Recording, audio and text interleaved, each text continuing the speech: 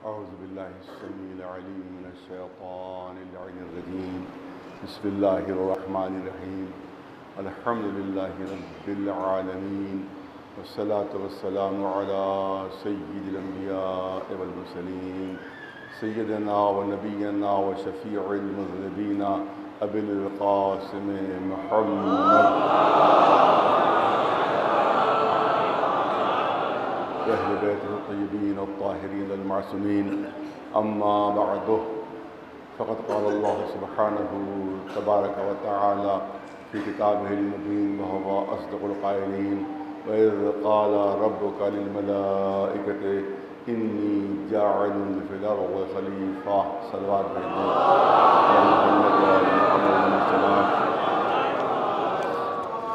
ظاہر ہے کہ عزاداری کے سلسلے میں گفتگو ہو رہی تھی. 2-3 جملے بسط کرنا چاہتا ہوں، زیادہ نہیں، کہ ہجری سن سے اس اسلامی سال کی ابتدا ہوتی ہے اور مولا کائنات علی ابن ابی طالب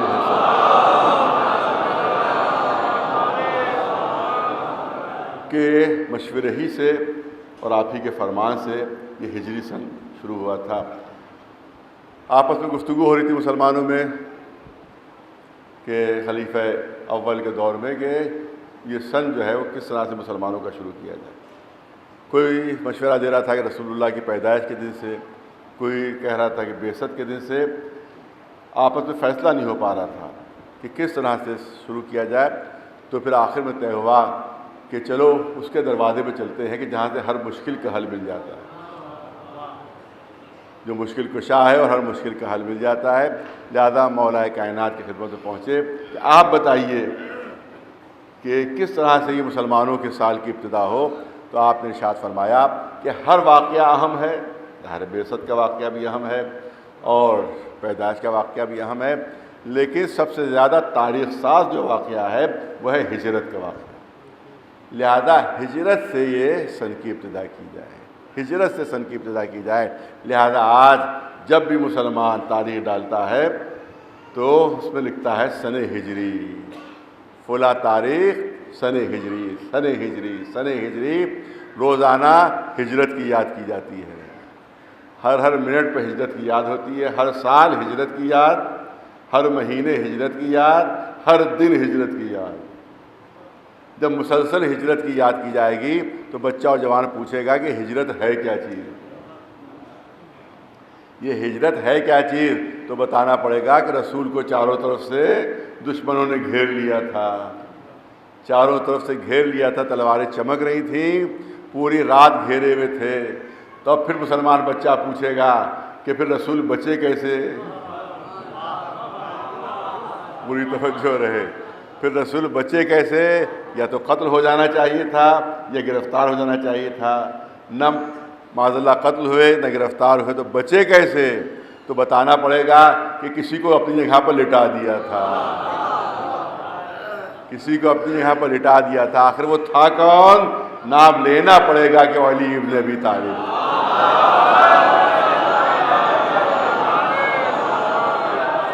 اس کا مطلب یہ ہے کہ یہ ہجری سن نہیں ہے، یہ مولا کی یاد ہے، یہ مولا کے اس عمل کی یاد ہے. اس کا مطلب ہے کہ ہر سال یہ جو کیلنڈر بنتا ہے، یہ ہجری کیلنڈر جو بنتا ہے، ہر سال مولا کی یاد ہوتی ہے، ہر مہینے مولا کی یاد ہوتی ہے، ہر دن جب اس وقت وہ سن ڈالا جاتا ہے مولا کی یاد ہوتی ہے، ہر گھنٹے مولا کی یاد ہے، ہر منٹ مولا کی یاد. ایک صلوات بھیج دے.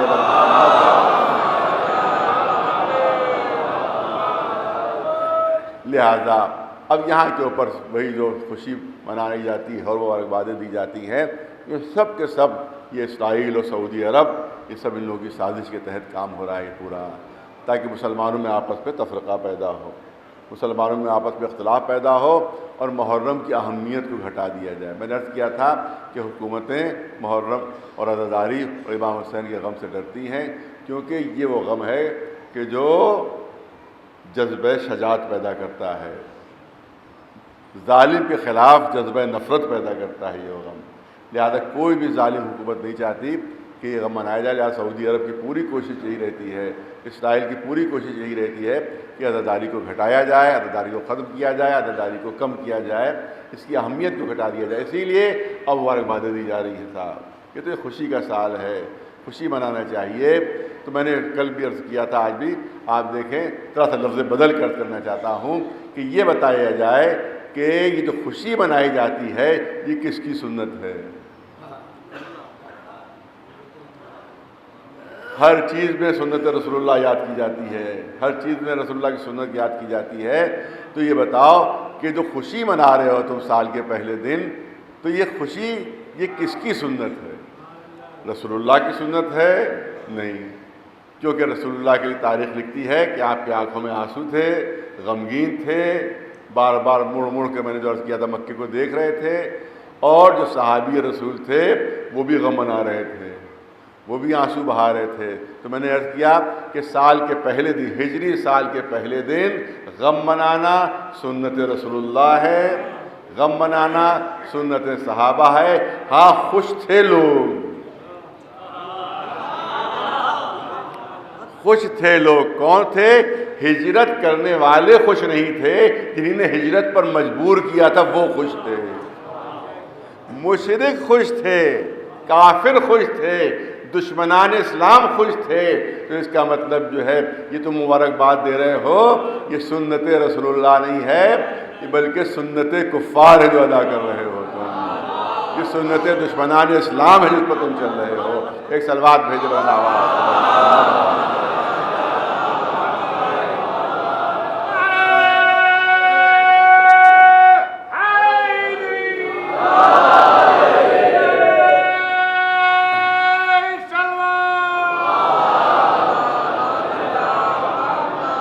عزاداری ختم نہیں ہو سکتی, حکومتیں ختم ہو گئیں مگر عزاداری ختم نہیں ہو سکتی. عزاداری کو ختم کرنے کی کوششیں کرنے والے ختم ہو گئے مگر عزاداری ختم نہیں ہو سکی. حکومتیں, ہمارے پاس کبھی حکومت نہیں رہی. دیکھیے آپ, عجیب چیز ہے, ہمارے پاس کبھی حکومت نہیں رہی, ہمارے پاس اقتدار نہیں رہا, 1400 سال اقتدار نہیں, حکومت نہیں, اس کے بعد بھی عزاداری زندہ. پوری طاقتیں لگا دی حکومتوں نے کہ عزاداری ختم ہو جائے, مگر عزاداری ختم نہیں ہوئی, آج بھی زندہ, قیامت تک زندہ رہے گی. تو اس بات کا بہترین دلیل ہے کہ یہ عزاداری نہیں ہے, معجزہ الہی ہے. یہ الہی معجزہ ہے, یہ الہی معجزہ ہے, کیونکہ معجزے اس کو کہتے ہیں. آپ دیکھیں معجزے کی کیا ڈیفینیشن ہے. معجزے کی ڈیفینیشن ہی یہی ہے کہ جس کے سامنے انسان عاجز ہو جائے. معجزے کی ڈیفینیشن ہی یہی ہے کہ جس کے سامنے انسان عاجز ہو جائے. تو یہ عزاداری وہ ہے کہ جس کے سامنے 1400 سال ہو گئے ہیں مگر دشمن عاجز نظر آ رہا ہے. ختم کرنے کی کوششیں ہیں مگر ختم نہیں ہو رہی ہے. آپ دیکھیں کہ کسی موقع پر میں نے عرض کیا تھا, تو میں چاہتا ہوں کہ اس کی یاد دہانی ہو جائے. معجزے کی کیا دلیل ہے؟ جو چیز فطرت پر غالب آ جائے وہ معجزہ کہلاتی ہے. وہ شے معجزہ کہلاتی ہے جو فطرت پر غالب آ جائے. پانی کا کام ہے ڈبو دینا, آگ کا کام ہے جلا دینا. لوہے کے مزاج میں اور عادت میں سختی ہے, لیکن جب جناب داؤد کے ہاتھ میں یہی لوہا نرم ہو جائے تو اسی کو معجزہ کہتے ہیں. تو جہاں فطرت بدل جائے وہ معجزہ ہے, جہاں فطرت بدل جائے وہ معجزہ ہے. آگ کا کام ہے جلا دینا, لیکن ابراہیم اس میں محفوظ رہیں تو اسی کو معجزہ کہا جاتا ہے. چھری کا کام ہے جسم کو کاٹ دینا, لیکن چھری چلتی رہے اور اسماعیل محفوظ رہیں, اسی کا نام ہے معجزہ. اور پانی کا کام ہے ڈبو دینا. کوئی بھی جسم اگر پانی پر آئے گا تو پانی اس جسم کو ڈبو دے گا, لیکن اگر اسی پانی کی سطح پر مصلی بچھا ہوا ہو اور کوئی نماز ادا کر رہا ہو تو اسی کو معجزہ کہتے ہیں.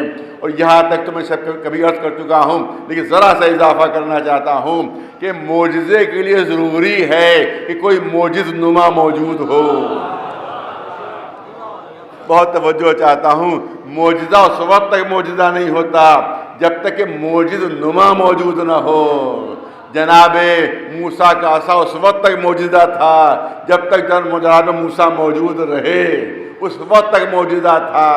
جناب سلیمان کا تخت اس وقت تک معجزہ تھا جب تک جناب سلیمان موجود رہے. اس کا مطلب یہ ہے کوئی شے اس وقت تک معجزہ رہتی ہے جب تک معجز نما ساتھ ساتھ رہتا ہے. یہ عزاداری کا معجزہ ہونا خود اس بات کی دلیل ہے کہ کوئی معجز نما آج بھی موجود ہے اور قیامت تک باقی رہے گا وہ معجز نما. تو عزاداری بھی قیامت تک باقی رہے گی. صلوات بھیجے بلند آواز.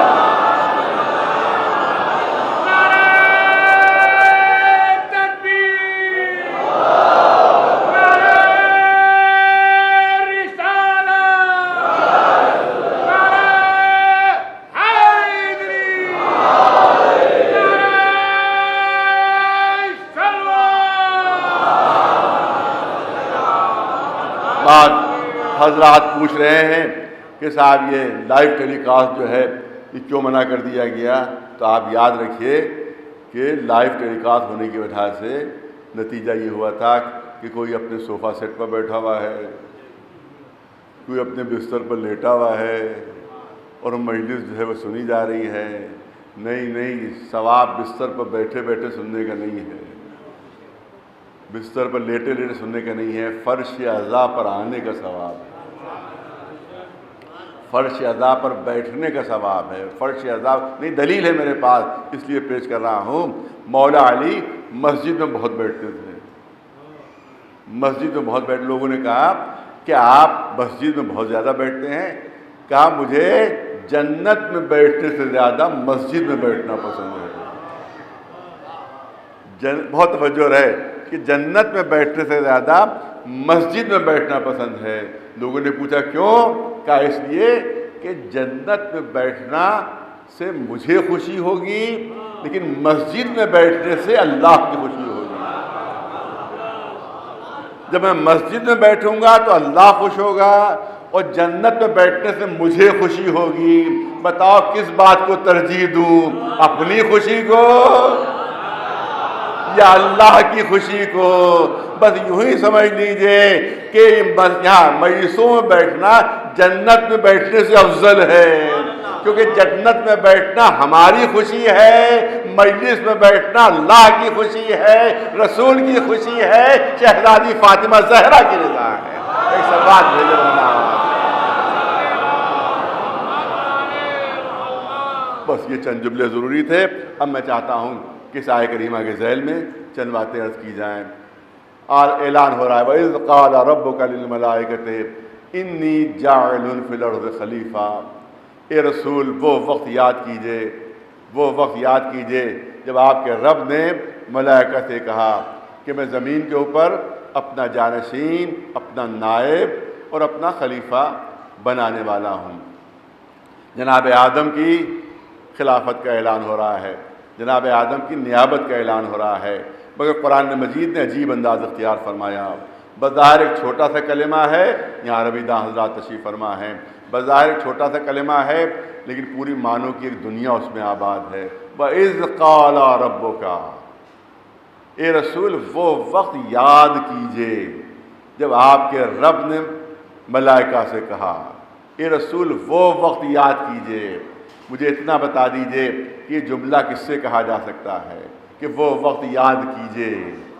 ایک 80 سال کا بزرگ شخص اگر کسی 20 سال کے جوان سے یہ کہے کہ ذرا 60 سال پہلے کا وہ واقعہ یاد کرو جو 60 سال پہلے ہوا تھا، تو جوان گھبرا کر کہے گا کہ میرا سن ہے کل 20 سال کا اور آپ 60 سال پرانا واقعہ یاد دلا رہے ہیں. میں 60 سال پہلے موجود ہی کہاں تھا جو یاد کروں. اس کا مطلب یہ ہے کہ یہ جملہ صرف اس سے کہا جا سکتا ہے کہ جو اس وقت موجود رہا ہو. جگہ بہت توجہ رہے، جگہ جگہ قرآن مجید میں رسول اللہ سے خطاب کیا جا رہا ہے. اے رسول وہ وقت یاد کیجئے جب آدم کی خلقت کر رہے تھے. اے رسول وہ وقت یاد کیجئے جب ملائکہ کو سجدے کا حکم دیا گیا۔ اے رسول وہ وقت یاد کیجئے کہ جب نوح کی کشتی طوفان میں پھنسی ہوئی تھی۔ اے رسول وہ وقت یاد کیجئے کہ جب موسیٰ فرعون کے دربار میں جا رہے تھے۔ اے رسول وہ وقت یاد کیجئے جب ابراہیم نمرود کے ذریعے آگ میں ڈالے جا رہے تھے۔ رسول کو کہنا چاہیے تھا کہ پالنے والے میں اس وقت تھا کب جو یاد کروں، میں اس وقت موجود ہی کب تھا جو یاد کروں۔ لیکن قرآن کا خطاب کرنا اور رسول کا بات میں یہ نہ کہنا، اس بات کا ثبوت اور دلیل ہے کہ رسول اس وقت بھی موجود تھے جب آدم کی خلقت ہو رہی تھی، اس وقت بھی موجود تھے جب نوح کی کشتی بھور میں پھنسی ہوئی تھی، اس وقت بھی موجود تھے جب ابراہیم آگ میں ڈالے جا رہے تھے۔ صلوات بھیجے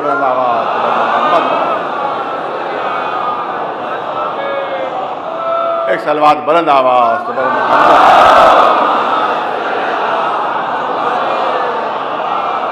ایک سنجیدہ موضوع ہے جس کے ذیل میں چند باتیں آپ کے سامنے عرض کرنا ہے۔ اور صرف یہی نہیں، قرآن کی آیتیں بھی ثابت کرتی ہیں، صرف یہی نہیں، حدیث قدسی بھی ثابت کرتی ہے، صرف یہی نہیں، رسول کی حدیثیں بھی ثابت کرتی ہیں کہ کچھ شخصیتیں ایسی تھیں جو کائنات بننے سے پہلے، اور وہی شخصیتیں وہ ہوں گی کہ پوری کائنات ختم ہو جائے گی مگر موجود رہیں گی۔ یہ کون شخصیتیں ہیں؟ قرآن سے بھی دلیل موجود ہے، احادیث سے بھی دلیل موجود ہے۔ حالانکہ کہا جاتا ہے کہ صاحب یہ تو قرآن کے خلاف آپ کا عقیدہ ہے۔ ہمارا عقیدہ یہ ہے، بہت توجہ رہے کیونکہ ٹی وی میں ہر طرف جائے گی مجلس، ہمارا عقیدہ یہ ہے کہ محمد و آل محمد ان شخصیتوں کا نام ہے کہ جو کائنات سے پہلے، کائنات کے ساتھ ساتھ اور جب تک کائنات رہے گی موجود رہیں گے، لیکن اس سے بڑھ کر عقیدہ یہ ہے کہ کائنات ختم ہو جائے گی مگر محمد و آل محمد موجود رہیں گے۔ ایک صلوات بھیجے بنا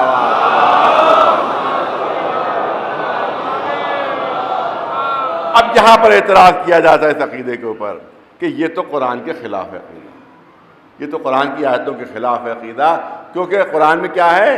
کل شیء ہالک، ہر شے ہلاک ہو جائے گی، ہر شے فنا ہو جائے گی، کل شیء ہالک، لیکن ایک آگے کا جملہ بھول جاتے ہو، آگے کا جملہ جو ہے وہ نہیں کوٹ کرتے، کل شیء ہالک، آگے الا وجہہ،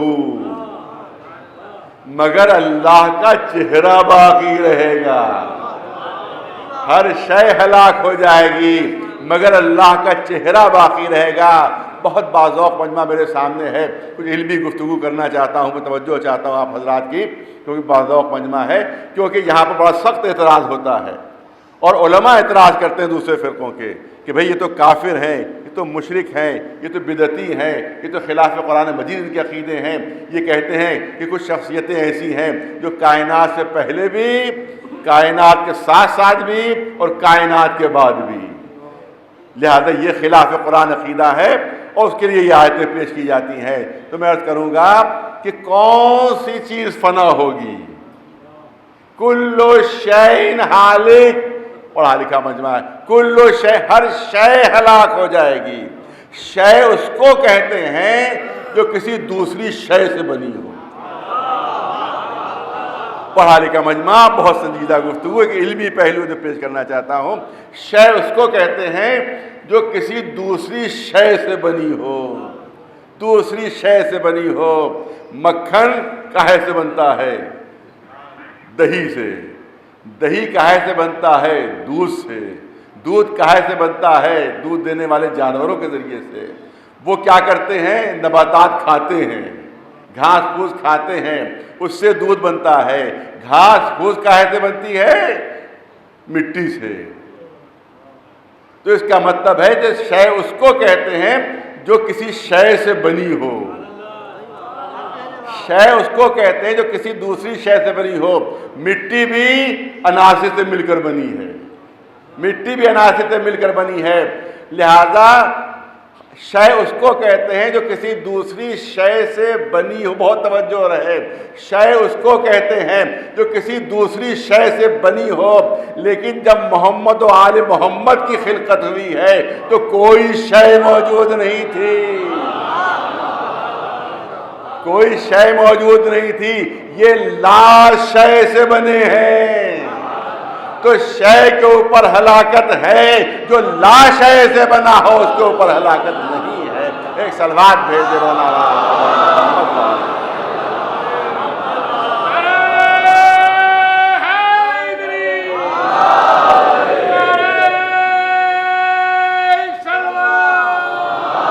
نہیں، دوسری دلیل قرآنی سے دینا چاہتا ہوں تاکہ جو قرآن کو کافی سمجھتے ہیں ان کے لیے بات تو دلیل کافی ہو جائے۔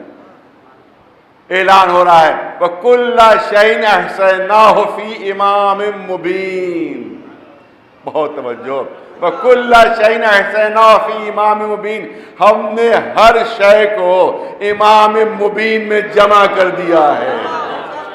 ہر شے کو کہا جاتا ہے ہر شے ہلاک ہو جائے گی، لہذا محمد و آل محمد بھی باقی نہیں رہیں گے۔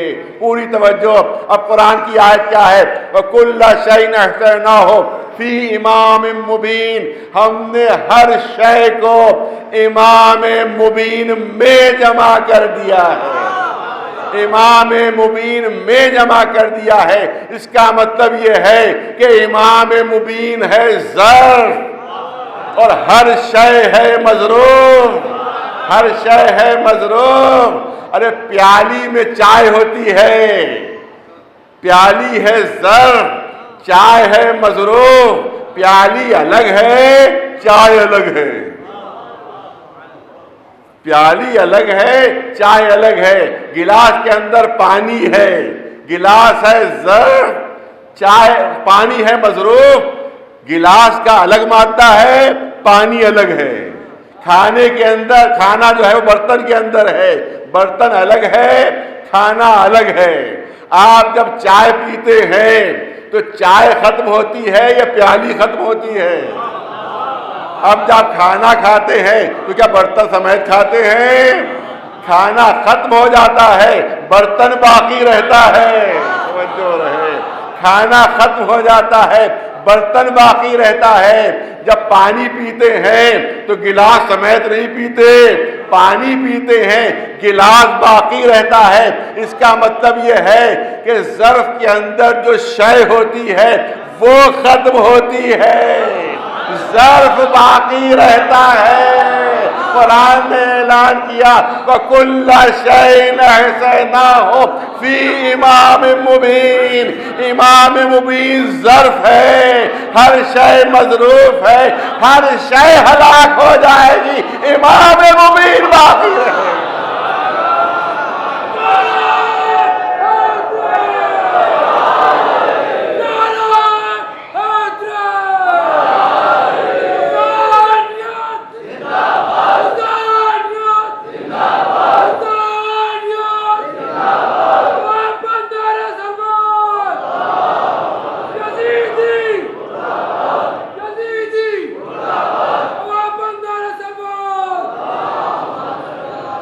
دوسری قرآن کی دلیل پیش کر دی جائے، دوسری قرآن کی دلیل پیش کر دی جائے، جس وقت یہ بھی قرآن مجید میں اعلان ہو رہا ہے کہ جب پوری کائنات ختم ہو جائے گی، جب پوری کائنات فنا ہو جائے گی، اس وقت اللہ کی آواز آئے گی لمن الملک اليوم، لمن الملک اليوم، بتاؤ کہ آج ملک کس کا ہے، بتاؤ کہ آج اقتدار کس کا ہے، بتاؤ کہ آج اختیار کس کا ہے، بتاؤ کہ آج حکومت کس کی ہے، بتاؤ کہ آج حکومت کس کی ہے۔ بس بچوں کے لیے مثال دینا چاہتا ہوں، میں نے اپنے گھر کو خالی کر دیا، جتنے گھر کے رہنے والے تھے سب کو گھر سے باہر کر دیا، دروازے بند کر دیے، کھڑکیاں بند کر دی، پردے ڈال دیے، اب اکیلے گھر میں ہوں، اور وہاں کے اوپر میں نے چلانا شروع کیا، بتاؤ یہ گھر کس کا ہے، بتاؤ یہ گھر کس کا ہے، بتاؤ یہ گھر کس کا ہے۔ جو بھی سنے گا کہے گا لگتا ہے کہ دیوانے ہو گئے ہیں، ارے پورا گھر خالی ہے اور خالی گھر میں چیخ رہے ہیں کہ بتاؤ یہ گھر کس کا ہے، بتاؤ یہ گھر کس کا ہے۔ ارے جب کوئی جواب دینے والا ہی نہیں ہے تو تم پوچھ کس سے رہے ہو، سوال کس سے کر رہے ہو؟ اگر ہم جیسا انسان یہ عمل کرے تو لوگ کہیں گے عقل زائل ہو گئی ہے، دیوانہ ہو گیا ہے۔ اللہ تو خالق عقل ہے، اللہ تو عقل کا پیدا کرنے والا ہے۔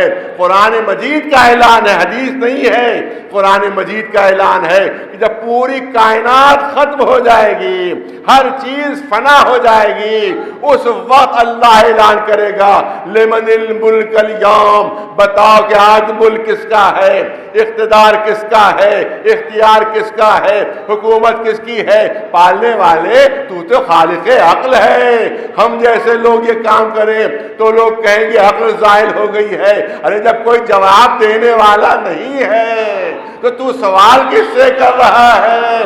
ندا قدرت آئے گی، نہیں جواب دینے والے موجود ہیں، وہ جواب دینے والے اعلان کریں گے وَلِلَّهِ الْوَاحِدِ الْقَهَّارِ۔ ارے پہلے بھی تیری ہی حکومت تھی، آج بھی تیری ہی حکومت ہے۔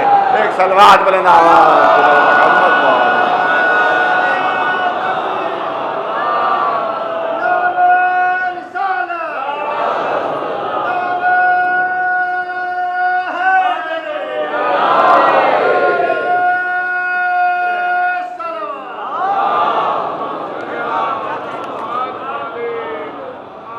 تو بہرحال جو میں عرض کر رہا تھا کہ یہ تصور کہ صاحب یہ خلاف قرآن ہے، ان کا عقیدہ یہ خلاف سیرت رسول اللہ ہے، رسول کا کوئی قول نہیں، حدیث قدسی موجود ہے۔ میں نے کہا کہ ذرا تھوڑی سی علمی گفتگو ہے جو آپ کے سامنے پیش کرنا چاہتا ہوں اور بہت توجہ چاہ رہا ہوں کہ کنتو کنزا مخفیا فاحببت ان عرف فخلقت الخلق، یہ حدیث قدسی ہے۔ حدیث قدسی اس الہی کلام کو کہتے ہیں کہ جو ہے تو اللہ کا کلام مگر قرآن کا جز نہیں ہے، قرآن میں شامل نہیں ہے، یعنی ہے الہی کلام، ہے اللہ کا کلام مگر قرآن کا جز نہیں اور شامل، اس کو کہتے ہیں حدیث قدسی۔ تو یہ حدیث قدسی ہے کہ جس میں اللہ کا کلام ہے اور اللہ کا ارشاد ہے کہ میں ایک چھپا ہوا خزانہ تھا، میں نے چاہا کہ میں پہچانا جاؤں، فَأَحْبَبْتُ أَنْ أُعْرَفَ، مجھے یہ بات محبوب ہوئی کہ میں پہچانا جاؤں، فَخَلَقْتُ الْخَلْقَ، تو میں نے خلق کو پیدا کیا۔ یہ ایک حالانکہ اصولاً کہنا چاہیے تھا کہ میں نے مخلوق کو پیدا کیا، جو پیدا کیا جائے اس کو مخلوق کہا جاتا ہے۔ اللہ خالق، جو پیدا ہوا وہ مخلوق، مگر یہ بلاغت الہیہ ہے کہ اللہ نے مخلوق کا لفظ استعمال نہیں کیا بلکہ لفظ خلق استعمال کیا۔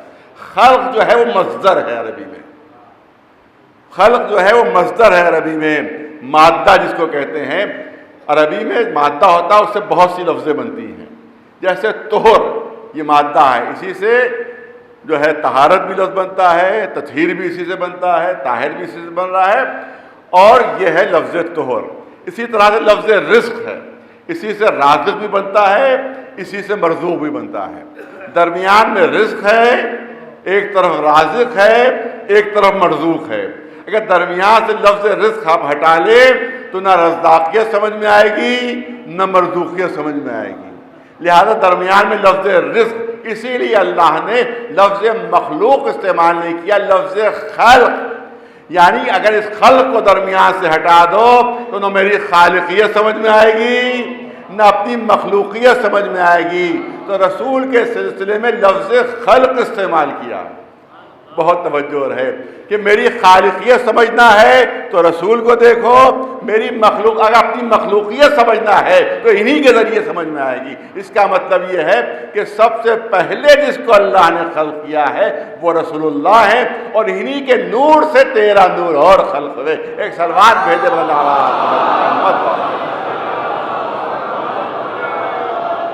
اب ایک حدیث پیش کرنا چاہتا ہوں اور آپ کے ذوق سماعت کا بھروسہ کر کے، آپ کے ذوق سماعت پر بھروسہ کر کے یہ حدیث آپ کے سامنے پیش کر رہا ہوں۔ برابر آپ سنتے رہتے ہیں کہ رسول نے فرمایا کہ سب سے پہلے میرا نور خلق ہوا، لیکن عجیب چیز ہے، رسول اللہ کی اور حدیثیں بھی موجود ہیں جو رسول ہی کی حدیثیں ہیں۔ ایک حدیث رسول یہ ہے کہ اللہ نے سب سے پہلے سفید موتی پیدا کیا، ایک حدیث یہ ہے کہ اللہ نے سب سے پہلے روح پیدا کی، ایک حدیث یہ ہے کہ اللہ نے سب سے پہلے لوح پیدا کیا، ایک حدیث یہ ہے کہ اللہ نے سب سے پہلے قلم پیدا کیا۔ میں پورے مجمع کی بھرپور توجہ چاہوں گا، اور سب رسول کی حدیثیں ہیں۔ اللہ نے نور پیدا کیا سب سے پہلے، یہ بھی رسول کی حدیث۔ اللہ نے قلم سب سے پہلے پیدا کیا، یہ بھی رسول کی حدیث۔ اللہ نے لوح سب سے پہلے پیدا کی، یہ بھی رسول کی حدیث۔ اللہ نے روح سب سے پہلے پیدا کی، یہ بھی رسول کی حدیث۔ اب یہاں کے اوپر عجیب مشکل ہے، سب رسول کی حدیثیں ہیں، سب ارشاد تمام ہے، تو کیا ہم یہ سمجھیں کہ ایک بات کہہ کے معاذ اللہ رسول بھول جایا کرتے تھے؟ کبھی کہہ دیا میرا نور اول مخلوق ہے، پھر بھول گئے، کہا نہیں قلم اول مخلوق ہے، پھر ذہن سے نکل گیا فرما دیا کہ سفید موتی اول مخلوق ہے، پھر معاذ اللہ ذہن سے نکل گیا کہ میں نے پہلے کیا کہا تھا، فرما دیا لوح اول مخلوق ہے، روح اول مخلوق ہے۔ یا دوسری صورت یہ ہو سکتی تھی کہ ترمیم کرتے تھے، تصحیح کرتے تھے کہ نہیں پہلے میں نے کہا تھا نور، وہ بات صحیح نہیں، قلم اول مخلوق ہے۔ اس کے بعد پھر تردید کی، نہیں قلم اول مخلوق نہیں ہے بلکہ سفید موتی اول مخلوق ہے۔ پھر تردید کر دی کہ نہیں بات میں نے صحیح نہیں کی تھی بلکہ روح اول مخلوق ہے۔ دونوں چیزیں ہمارے عقیدے کے خلاف ہیں۔ بھرپور توجہ چاہوں گا، عجیب مسئلہ ہے، عجیب مسئلہ ہے جسے حل کرنا ہے۔ تمام حدیثیں رسول ہی کی ہیں، رسول ہی نے فرمایا ہے قلم اول مخلوق، رسول ہی نے فرمایا ہے نور اول مخلوق، رسول ہی کا ارشاد ہے لوح اول مخلوق، رسول ہی کا ارشاد ہے سفید موتی اول مخلوق، رسول ہی کا ارشاد ہے روح اول مخلوق، سب ارشاد رسول کے۔ تو اب کیا فیصلہ کیا جائے؟ عقل حیران ہے۔ یا تو یہ کہ معاذ اللہ بھول جایا کرتے تھے، ظاہر یہ بھی ہمارے عقیدے کے خلاف ہے، کیونکہ جو یہ کہتے ہیں کہ بھول جایا کرتے تھے وہ ہمارا عقیدہ نہیں ہے۔ رسول بھول جایا کرتا، اب کیا کیا جائے، کبھی کبھی ایک دم سے ذہن میں بات آ جاتی ہے روا روی میں، لہذا میں چاہتا ہوں یہ بھی عرض کر دیا جائے کہ یہ عقیدہ ہے کہ بھول جایا کرتے تھے۔ کعبے میں یہ شگاف آج تک کیوں باقی ہے؟ کہ علی کے پیدا ہونے سے نہیں ہے۔ دیکھیے کیونکہ یہی بالکل مرتبط بات اس لیے پیش کر رہا ہوں کہ کعبے میں جو یہ کہا جاتا ہے صاحب کہ علی کے لیے دیوار شگافتہ ہوئی اور جناب فاطمہ بنت اسد اندر گئی، پھر واپس آئیں، دیوار شگافتہ ہوئی بھی بند ہو گئی، دراصل یہ سب شیعوں کی اپنی ہیں باتیں، حقیقت یہ نہیں ہے۔ حقیقت کیا ہے کہ رسول اللہ کعبے کے اندر تسبیح پڑھ رہے تھے۔ اب سنیے واقعہ سنیے، اب شاید ہمارے بچوں کے لیے کوئی نئی بات ہو کہ رسول اللہ کیسے بھلکڑ تھے، اس سے اندازہ ہوگا۔ معاذ اللہ معاذ اللہ معاذ اللہ، تسبیح پڑھ رہے تھے اور جب باہر نکلے تو تسبیح اندر بھول آئے، اپنے ہاتھ کی تسبیح اندر بھول آئے، دروازہ بند ہو گیا۔ اب تسبیح کا دل اندر گھبرایا۔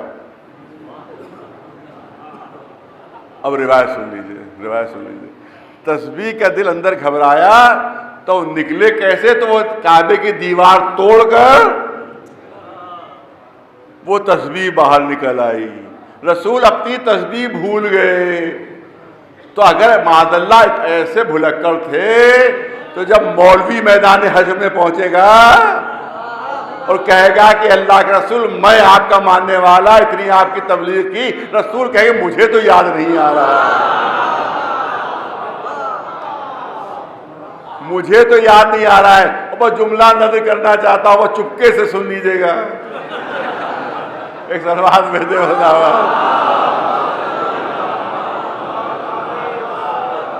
ایک جملہ کر دو، جب اتنے بھلکڑ تھے معاذ اللہ تو چپکے سے ایک جملہ کہنا چاہتا ہوں، کسی سے کہیے گا نہیں، کسی سے کہیے گا نہیں، چپکے سے جملہ کہنا چاہتا ہوں کہ جب اتنے بھول جانے والے تھے کہ ہاتھ کی تسبیح بھول گئے، تو جب ہاتھ والی کو بھول گئے تو ساتھ والی کو اگر بھول جائے،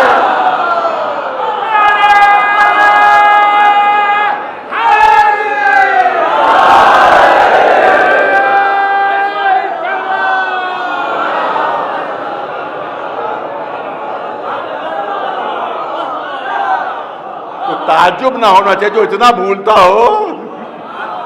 ایک صلوات بھیجے بلند آواز تو محمد. لہذا ہمارا عقیدہ یہ ہرگز نہیں ہے کہ رسول اللہ معاذ اللہ بھول جاتے تھے. بھولے سے انہوں نے کبھی کچھ کہہ دیا, کبھی کچھ کہہ دیا, کبھی کچھ کہہ دیا. ظاہر اب سے زیادہ وقت نہیں ہے, اسی کی تشریح پر بات مکمل ہو جائے گی. کبھی کچھ کہہ دیا, کبھی کچھ کہہ دیا, کبھی کچھ کہہ دیا. کبھی کہہ دیا میرا نور اول مخلوق ہے, کبھی کہہ دیا روح اول مخلوق ہے, کبھی کہہ دیا سفید موتی اول مخلوق ہے, کبھی کہہ دیا لا اول مخلوق ہے. بھول جاتے تھے معاذ اللہ, یا تردید کرتے تھے کہ پہلے غلط کہا اب دوبارہ میں صحیح کہہ رہا ہوں. پھر کہتے تھے نہیں پہلے والی بات غلط تھی اب میں صحیح کہہ رہا ہوں. نہ وہ بات صحیح نہ یہ بات صحیح, اور سب رسول کی حدیثیں. ارے توجہ چاہوں گا, بہت توجہ چاہوں گا. سب رسول اللہ کے ارشادات, سب رسول اللہ کی حدیثیں. تو بات کا حل کیسے ہو, مسئلے کا حل کیسے ہو, بہت توجہ رہے. دراصل ہماری عقل اس لیے چکر میں ہے, ہماری عقل اس لیے گھبرا رہی ہے کہ ہم یہ سمجھ رہے ہیں کہ یہ الگ الگ چیزوں کے الگ الگ نام ہیں. ارے توجہ چاہ رہا ہوں. ارے اس لیے ہماری عقل چکر میں ہے کہ ہم یہ سمجھ رہے ہیں کہ یہ الگ الگ چیزوں کے الگ الگ نام ہیں. نہیں, یہ ایک ہی شخصیت کے مختلف نام ہیں, ایک ہی شخصیت کے مختلف القاب ہیں. خود رسول ہی نور ہے, خود رسول ہی قلم ہے, خود رسول ہی روح ہے, خود رسول ہی لوح ہے, خود رسول ہی سفید موتی ہیں. اس کی مثال میں آپ کے سامنے پیش کر دوں تاکہ اس مشکل بات کو چھوٹے سے چھوٹا بچہ بھی سمجھ جائے. جیسے کوئی کہے کہ کعبے میں علی پیدا ہوئے, کوئی کہے کہ حیدر پیدا ہوئے, کوئی کہے کہ ابو الحسنین پیدا ہوئے, کوئی کہے کہ ابو تراب پیدا ہوئے. تو کیا یہ الگ الگ شخصیتیں ہیں جو کعبے میں پیدا ہو رہی ہیں؟ نہیں, ایک ہی شخصیت ہے کہ جس کے الگ الگ نام ہیں. باپ نے علی نام رکھا, ماں نے حیدر رکھا, رسول نے ابو تراب کنیت دی, فاطمہ زہرا نے ابو الحسنین کہہ کر پکارا. ایک صلوات بلند آواز سبحان محمد.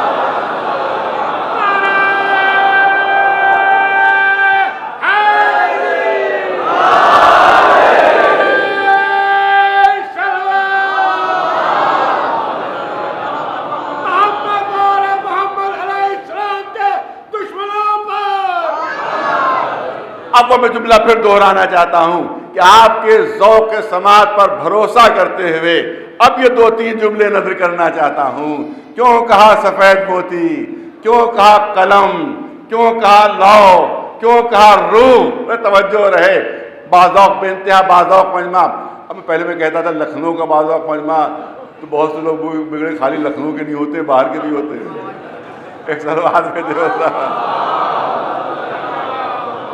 لہٰذا لکھنؤی والوں کو باذوق کہہ رہے ہیں, کیا ہم سب کو بے ذوق.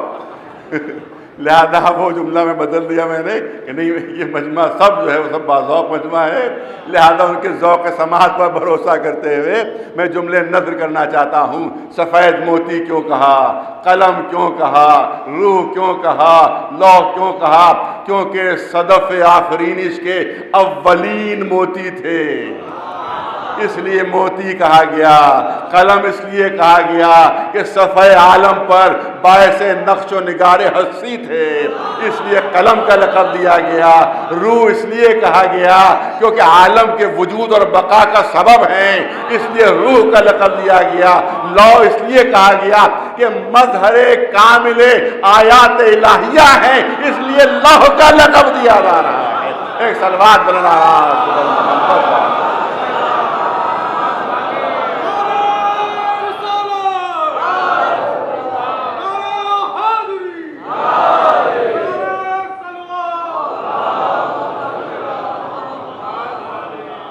اسی لیے رسول نے, اور سب کے سب ابتدا سے ہیں, کیونکہ اولنا محمد ووسطنا محمد وآخرنا محمد وکلنا محمد. سب کے سب محمد ہیں, سب کے سب محمد ہیں. جو سب کے سب محمد ہیں لہذا سب کا نور بھی ایک ہے, خلقت بھی ایک ہے. کس طرح سے اول مخلوق وہ ہیں, اسی طرح سے اول مخلوق پورے 4 معصومین ہیں. ایک صلوات بھیجے بلند آواز. اب یہیں پر رک کر 1 منٹ لینا, اس سے زیادہ نہیں لینا ہے, 1 منٹ لینا, اس سے زیادہ نہیں لینا ہے. اولنا محمد وأوسطنا محمد وآخرنا محمد وکلنا محمد، سب کے سب محمد ہیں. بس 1 منٹ سے زیادہ نہیں. صاحبان ذوق تشریف فرما ہے. آپ دیکھیں جب شیطان نے، اب جناب آدم کا کیونکہ تذکرہ ہے اسی مناسبت سے، جب شیطان نے جناب آدم کے سجدے سے انکار کیا تھا، جناب آدم کے سجدے سے جب انکار کیا تھا تو اس وقت قدرت نے ایک جملہ کہا تھا. یوں تو بہت گفتگو ہوئی تھی، پوری اس کی تفصیل قرآن مجید میں ہے، لیکن یہاں پر بس ایک پہلو عرض کرنا چاہتا ہوں کیونکہ دعوت وقت پہ گنجائش نہیں رہی ہے. بالکل ایک جملہ کہا تھا. وہ کیا کہا تھا؟ ام کنت من العالین، ام کنت من العالین، کیا تو اپنے کو عالین میں شمار کرنے لگا؟ جناب آدم سے بھی مربوط ہے اور اول مخلوق سے بھی مربوط ہے، دونوں چیزوں سے مربوط ہے، اس لیے میں یہ چیز پیش کر رہا ہوں. ام کنت من العالین، کیا اپنے کو عالین میں شمار کرنے لگا؟ یہ کس وقت؟ جب جناب آدم کی خلقت ہوئی ہے اور سب کو سجدے کا حکم دیا گیا، اور جب شیطان نے سجدے سے انکار کیا تب اعلان قدرت ہوا ام کنت من العالین، کیا اپنے کو عالین میں شمار کرنے لگا؟ جو سجدے سے انکار کر رہا ہے اس سے ثبوت یہ ملا، قرآنی ثبوت نہیں، بہت بھرپور توجہ، قرآنی ثبوت ملا کہ سجدہ آدم کے وقت عالین نام کی کوئی جماعت عرش پر موجود تھی. ارے بھرپور توجہ مجمع کی. ام کنت من العالین، قرآن ہے، قرآن مجید ہے. ام کنت من العالین، کہ اپنے کو عالین میں شمار کرنے لگا. کیوں؟ سجدے سے انکار کیا تھا، سجدے سے انکار کیا. ام کنت من العالین، اس کا مطلب یہ ہے کہ عالین کی جماعت آدم کی خلقت سے پہلے، آدم کی خلقت سے پہلے عالین کی جماعت عرش پر موجود تھی، کہ جس کو اللہ نے آدم کے سجدے سے مستثنیٰ کر دیا تھا. سب کو حکم تھا سجدے کا، ان کو حکم نہیں دیا گیا تھا سجدہ کرنے کا. اسی لیے جب شیطان نے سجدے سے انکار کیا تو قدرت نے کہا کہ اپنے کو عالین میں شمار کرنے لگا. کیا اپنے کو عالین میں شمار کرنے لگا کہ جس طرح سے ان کو سجدے کا حکم نہیں تو بھی سجدے سے انکار کر رہا ہے. اس کا مطلب یہ ہے کہ خلقت آدم سے پہلے عالین نام کی جماعت عرش پر موجود تھی، جو آدم کے سجدے سے مستثنیٰ کر دی گئی تھی.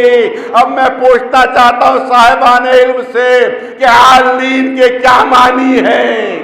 عالین کے کیا معنی ہیں؟ عالین ابھی جا کر عربی ڈکشنری میں دیکھ لیجئے. عالین پلورل ہے علی کا، عالین ہے جمع علی کی. عالین کے معنی ہے بہت سے علی. ارے صاحبان ذوق ہیں، عالین کے معنی ہے بہت سے علی، بہت سے علی. تو آپ مجھے کہنے کی اجازت دیجئے، اس کا مطلب یہ ہے کہ جب یہ عرش پر ہوتے ہیں تو سب کے سب علی ہوتے ہیں، جب فرش پر آتے ہیں تو سب کے سب محمد بن جاتے ہیں.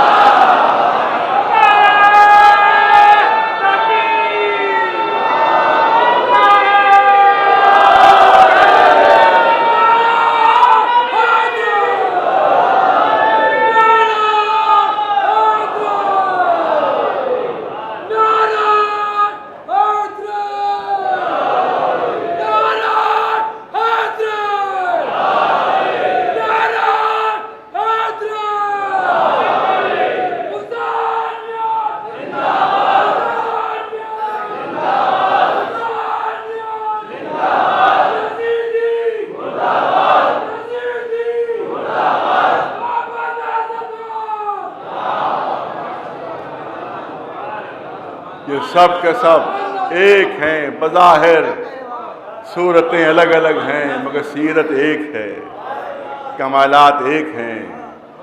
جو ان کی سیرت ہے وہ ان کی سیرت، جو ان کے صفات ہیں ان کے صفات، ایک کے بعد ایک صفات منتقل ہو رہے ہیں۔ اسی لیے ہمارا کہنا ہے کہ امام حسن اگر صلح کے کاغذ پر دستخط کر رہے ہیں تو حسن نہیں کر رہے ہیں، محمد دستخط کر رہے ہیں۔ اور اگر کربلا کے میدان میں حسین جا رہے ہیں تو یہ حسین نہیں جا رہے ہیں بلکہ یہ محمد ہیں جو کربلا کے میدان میں جا رہے ہیں، کیونکہ اگر رسول اللہ ہوتے تو ان کا انداز بھی یہی ہوتا جو امام حسین کا ہے کربلا کے میدان میں۔ ہاں، بڑی مشکل منزل یہ ہے، ایک تو وقت بھی کم رہ گیا ہے، مشکل منزل یہ ہے کہ تذکرے 72 ہیں اور دن کل 10 ہیں۔ کس کا تذکرہ چھوڑا جائے، کس کا تذکرہ کیا جائے، کس کا تذکرہ نہ کیا جائے۔ مگر یہاں پر والد مرحوم فرماتے تھے کہ اگر کسی کا تذکرہ چھوٹ جائے تو وہ شکایت نہیں کرے گا۔ حبیب کا تذکرہ نہ ہو تو وہ شکایت نہیں کریں گے، مسلم بن اوسجہ کا تذکرہ نہ ہو تو ہرگز شکایت نہیں کریں گے، زہیر کا تذکرہ نہ ہو تو ہرگز حرف شکایت زبان پر نہیں لائیں گے۔ مگر ایک شہید ایسا ہے کہ اگر اس کا تذکرہ نہ ہو تو شاید حرف شکایت اس کی زبان پر آ جائے۔ یہ والد مرحوم فرماتے تھے۔ اسی کی تاثیر میں میں مسائل کبھی کبھی یہاں پر پڑھتا ہوں۔ وہ کون؟ وہ غلام حبشی، حبش کا سیاہ فام غلام جس کا نام جون ہے، جس کا نام جون ہے۔ یہ جناب ابو ذر کے غلام تھے، لیکن جناب ابو ذر کی جب شہادت ہو گئی تو امام حسین نے ان کو اپنے پاس بلا لیا۔ امام حسین کے ساتھ رہتے ہیں کربلا کے میدان میں۔ جب ایک ایک کر کے لوگ اپنی شہادت کا نذرانہ پیش کرنے لگے تو یہ بھی امام حسین کی خدمت میں آئے۔ آقا، میں بھی مرنے جا رہا ہوں، میں بھی آپ پر جان دینے جا رہا ہوں۔ اب یہاں پر روایت کہتی ہے کہ امام نے فرمایا، اے جون، تم تو اس لیے آئے تھے کہ تمہارا بڑھاپا آرام سے کٹ جائے، لہذا اب ہماری مصیبتوں میں کیوں شریک ہو؟ لہذا میں تمہیں اجازت دیتا ہوں، تم مجھے چھوڑ کر چلے جاؤ۔ یہ میرے دشمن ہیں، تمہارے دشمن نہیں ہیں، لہذا تمہارے جانے میں کوئی تعارض نہیں کریں گے۔ یہ سننا تھا۔ روایت کہتی ہے کہ کئی شہید ایسے کہ جن کو ذرا دیر میں مولا نے اجازت دی، ذرا تاخیر میں مولا نے اجازت دی، لیکن جس شہید کو اجازت نہیں ملی تو کسی نے قدموں پر سر رکھ دیا، اے آقا مرنے کی اجازت دیجئے۔ کسی نے ہاتھ تھام کر آنکھوں سے ملنا شروع کر دیے کہ آقا مرنے کی اجازت دیجئے۔ کسی نے دامن تھام لیا، آقا مرنے کی اجازت دیجئے۔ مگر جب جون کو اجازت نہیں ملی تو اب تاریخ کربلا کہتی ہے کہ نہ تو قدموں پر سر رکھا، نہ دامن تھاما، نہ ہاتھ تھامے، بلکہ 2 قدم پیچھے ہٹے۔ جبین پر شکن پڑی کہ آقا میں سمجھ گیا کہ آپ مجھے اجازت کیوں نہیں دے رہے ہیں، کیونکہ میں ایک حبشی غلام ہوں، میں حبش کا غلام، سیاہ فام، میرے جسم سے بوئے بد آتی ہے، میرا رنگ سیاہ ہے۔ آپ نہیں چاہتے کہ آپ کے پاک و پاکیزہ خون میں میرا خون شامل ہو، تو صحیح کہ میں اپنا خون آپ کے خون میں شامل کر دوں۔ ہاں، جون گئے میدان جہاد میں، داد شجاعت دی، زمین پر گرے، وہی آقا جو عباس کے سرانے پہنچے، وہی آقا جو علی اکبر کے سرانے پہنچے، وہی آقا جو قاسم کے سرانے پہنچے، وہی دوڑ کر اس غلام حبشی کے سرانے پہنچے۔ جلتی زمین پر بیٹھ گئے، جون کا سر اٹھا کر اپنے زانو پر رکھا، اور لوگوں نے ایک عجیب منظر دیکھا جو کسی شہید کے ساتھ مولا نے اختیار نہیں فرمایا تھا۔ عجیب منظر دیکھا کہ آقا نے اپنا چہرہ جھکانا شروع کیا، چہرہ جھکانا شروع کیا، اتنا جھکایا کہ مولا کے رخسار جون کے رخسار سے مل گئے، اور اپنا چہرہ جون کے چہرے پر ملنا شروع کیا۔ پالنے والے اس کو اپنے سیاہ رنگ کا بڑا احساس تھا، پالنے والے اس کے سیاہ رنگ کو نور میں تبدیل کر دے۔ اس کو اپنے جسم سے آنے والی بوئے بد کا بڑا احساس تھا، اس بوئے بد کو خوشبو میں تبدیل کر دے۔